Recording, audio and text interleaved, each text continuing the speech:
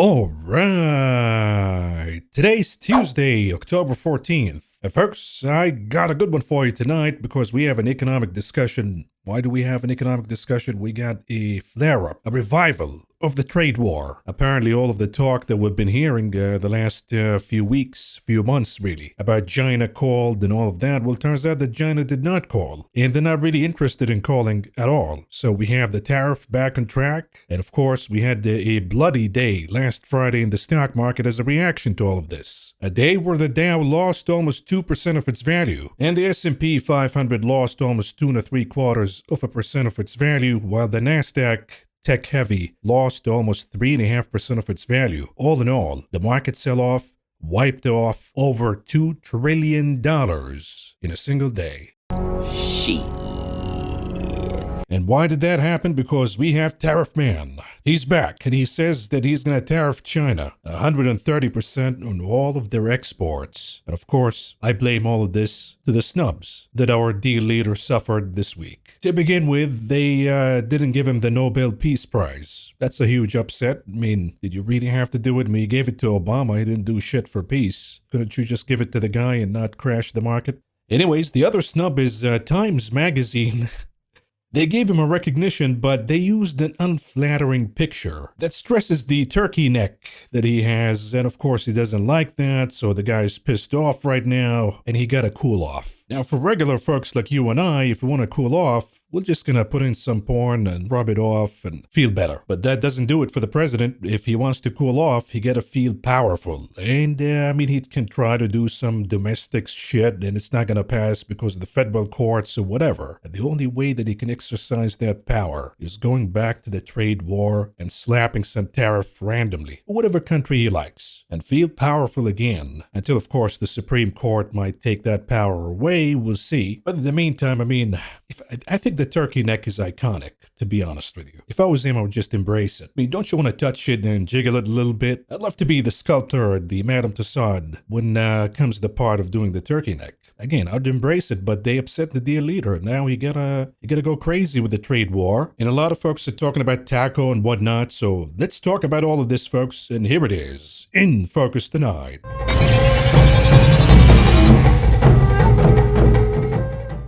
Ghosted. Apparently, China did not call and wasn't really calling at all. Now look at these two. You got Xi Jinping.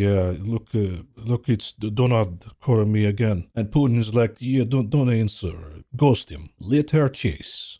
And then, of course, when you ghost her, you're going to get about 100 angry messages that begin with, what's wrong? I thought you were a nice guy, and ends with, okay, message received. Bye, which means that she likes you. Being an asshole pays a lot of dividend in life, but we go to the situation right here because I think the biggest jerk off in all of this is Scott Bessent. This guy's the biggest clown in this administration by far because the Chinese played him like a donkey. He kept saying, oh, we're talking, we're having lunches. And the Chinese kept dragging him with lunches in Geneva, then in London, in Madrid, and they're making these lunch tours all over the world. And they're making him pay for it. And by him, unfortunately, I mean us, the taxpayer. We're paying for all of these expensive lunches. And all what the Chinese have done is just drag the conversation for longer. I mean, this administration is going to last for what, 3 years tops? And now Scott Bessent realizes that China been playing him all along and just dragging the timeline. And he comes out saying that China wants to pull everybody else down with them. No, they want to drag you down. They're not going to drag anybody down with them, and they're not going down themselves. We're going down because of this stupidity. And I'm going to explain to you all of this, the leverage, because everybody says, oh, we got the cards. No, we have shit right now. China has the cards. I'm going to show you that by the facts. What that means for the market. But immediately when the market went down 3% almost on Friday, here comes the panic and the tacoing. Before the futures opened Sunday, we got the taco where Trump came out and said that don't worry about China, it'll be all fine. Highly respected President Xi just had a bad moment. Yeah, I don't think that Xi feels good about you talking about him that way. He doesn't want depression for his country. You mean us? And neither do I.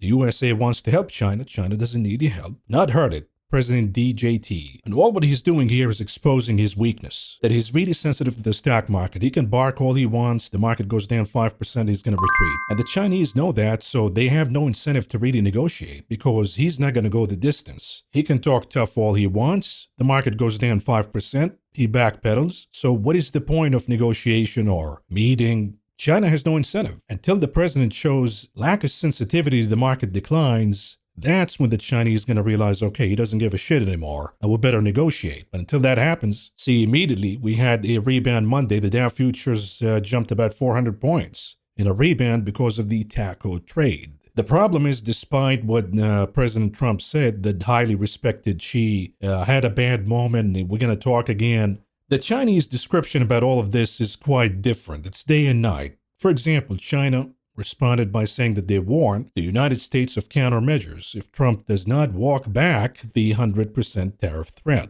And then China also declined. China did not call. They did not even pick up the call. Furthermore, China retaliated against U.S. port fees with new charges on U.S. chips. So while President Trump keeps tackling and saying that, everything is okay, don't sell the stock market, it's okay, I'm going to meet with Xi and he needs my help, so we're going to help him out, all that bullshit. China's saying, we don't need your help, and we're not happy about all of what you're doing right now. But in any game of chicken, in this kind of negotiation, when it comes to a trade war between the U.S. and China, it comes down to who has the better cards, who has the leverage over one another. And the truth is, China's ahead of the game, and we have more to lose than China. I know this is hard to believe for a lot of Americans because we always believe that we're the best and we're the top of everything, and China's collapsing and we're thriving and all of that. But here's the reality. We're losing leverage in every critical technological sector right now. As Washington has left friends and foes grappling with how to respond to its volley of tariffs and insults, China presents itself as a serious country with predictable, consistent policies. The most significant area of competition, of course, is technology. Here, China has already established a commanding lead in several areas. In green technology, from solar panels to batteries to electric vehicles, Beijing's dominance is now overwhelming. These act as a geopolitical lever, as Beijing offers solar farms, battery plants, and electric buses to nations in Latin America, Africa, and Asia. Bloomberg has tracked 13 critical technologies and found that China now leads in 5 and is catching up fast in 7. Now, I would actually narrow down the advantage that the U.S. has over China on 3 components. Number 1, chips. Number 2, software. And number 3, Boeing airplanes. That's the only advantage that we have left. And when we talk about chips, China's closing the gap really fast. They're still behind when it comes to comparisons with NVIDIA AI chips, for example, but believe it or not, the Chinese don't want NVIDIA AI chips. The moment they realize they were bugging the chips, they don't want them. And they're tightening the restrictions not to allow these chips to enter China. And again, while they're still behind in chip development and in AI models, they're closing the gap really fast. When it comes to the advantage that the U.S. has over China from chips and AI models, it's just a matter of time before we lose that leverage. Now, when it comes to software, maybe we still have the advantage and China's still behind, and it's going to take quite a bit of time before they get close. And this is why the White House on Friday added export controls on critical software not to be exported to China. Now, of course, when we implement these restrictions, it hurts U.S. software companies. When you restrict exports to one of the biggest markets in the world, of course, that's going to hurt American companies. On the other hand, China doesn't have a lot of exposure. Their companies, technological companies, their AV companies, don't even have market share in the U.S. to lose. And when it comes to Boeing airplanes, we still have a huge advantage, but China is actually using Airbus more than Boeing planes recently. And at the end of the day, China remains one of the biggest markets for Boeing. So if we cut them off, we're going to hurt our companies. You see, everything we do in retaliation against China, everything we do to try to slow down China from catching up has an expense. And that expense is hurting our companies, but they don't have that problem. They're not selling Huawei phones in the US or any IT equipment or Alibaba. They have some exposure, of course, from consumer sites like Shein and Tmall. But even with those, the market share is not really that big. So again, to recap, we have 3 advantages left against China. We're ahead in chips, specifically AI chips. We're ahead in software. And we're ahead in airplane manufacturing. But again, China's closing the gap and they're finding alternatives. Now, what kind of leverage does China have over us? Well, to begin with, how about U.S. farmers? U.S. soybean farmers depend on China as the biggest customer. And unfortunately, the situation that we're seeing with the farmers right now is absolutely brutal and disastrous. We're talking about bankruptcies. We're talking about farmers asking for bailouts. And this is why Trump came out today and he threatened China with cooking oil embargo over the soybean snub. What are we talking about here? The number one customer for U.S. farmers when it comes to soybeans is China. It's by far. Nothing really comes close. The Chinese market for U.S. soybeans, matter of fact, is bigger than every other country combined. And you can see that China has been reducing reliance on U.S. soybeans since the elections. And after Liberation Day, they cut all imports of U.S. soybeans.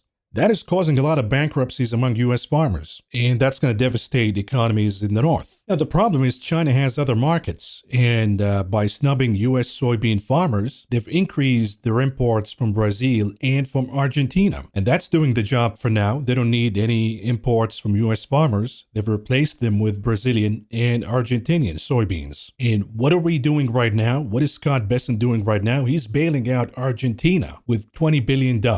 Not U.S. farmers. So again, you cut off China with, let's say, NVIDIA chips, they're going to make their own. You're going to cut China from Boeing airplanes, they're going to go with Airbus and develop their own industries. But then you cut U.S. farmers from Chinese imports of soybeans, and you see devastation. They got no other alternative. And furthermore, when you look at the total exports from China to the rest of the world and then the U.S., they've been reducing exports to the U.S. for years now, and they've been increasing their exports to the rest of the world. So China does not depend on the U.S. that much, at least as it used to before. And it's been making economic deals with BRICS countries and non-BRICS countries such as Pakistan, $8.5 billion recently, trade agreements with China. If you look at Chinese exports, of course, down about 10.7% to the U.S., they have increased the volume of exports to Latin America, to Africa, to Asian countries, to India, to the European Union, even Japan. And the majority of the world describes China as their larger trading partner, not the United States. In other words, if